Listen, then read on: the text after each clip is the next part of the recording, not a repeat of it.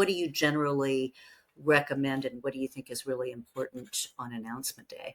So I think it's important to recognize that you have multiple stakeholders that you're trying to balance on announcement day. And the message really needs to be shaped for each of those stakeholder groups. I'm not a corporate communications expert, so I won't pretend to advise people on what the market facing communication should be, but there should be something that goes out to the market if you're choosing to make it public, right? There's your stakeholders out in the market, there's your shareholders that will want some sort of communication about what's going on there. And all of that's great. Where I focus is on the employee announcement day. And what I think should happen is, first off, the folks that are delivering the first message should actually be the seller. So it should be a trusted leader from the sell side that is delivering the message, hey, I'm excited. We've just been purchased, or we're entering into an agreement to be purchased, depending on Hmm. whether it's a simultaneous sign and close or not. But the point is that somebody from the seller should actually be delivering the news initially and then hand it over. And unfortunately, what I tend to see, Sandra, in a lot of cases is that the very next conversation tends to be about 10 minutes worth of market facing detail. Like, this is the strategy, this is where we see you fitting big picture. And all of that is important, but it's not the right time to have that Tell me conversation. about me. What does this mean to me? Exactly. Exactly. I Yeah. have literally sat in rooms and watched while leaders who are really energetic and engaging and dynamic and caring are talking about deal synergies.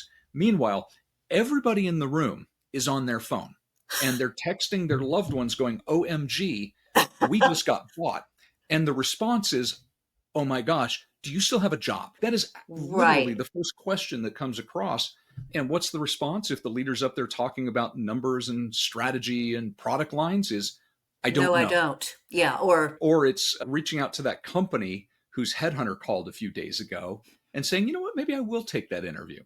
Where I think that the better approach is to say, yes, you know what, we've got some great plans. We're going to take this product that you love to market, and we're going to share more about that in a few minutes. But let's talk about how this affects you first. Mhm. And people really have three key questions. And we already covered the first one.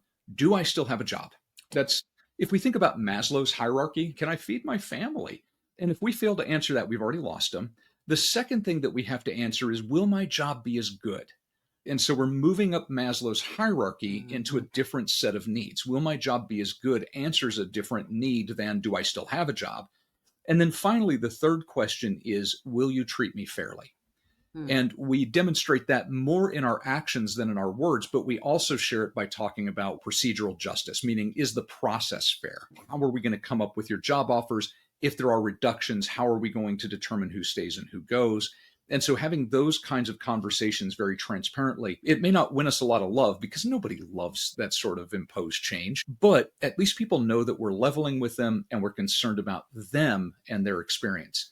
Then after we've addressed that, then we can move into the strategy piece, though I do recommend that be a different session on a different day, because Mm. at that time, people will have had a chance to process this Right. change.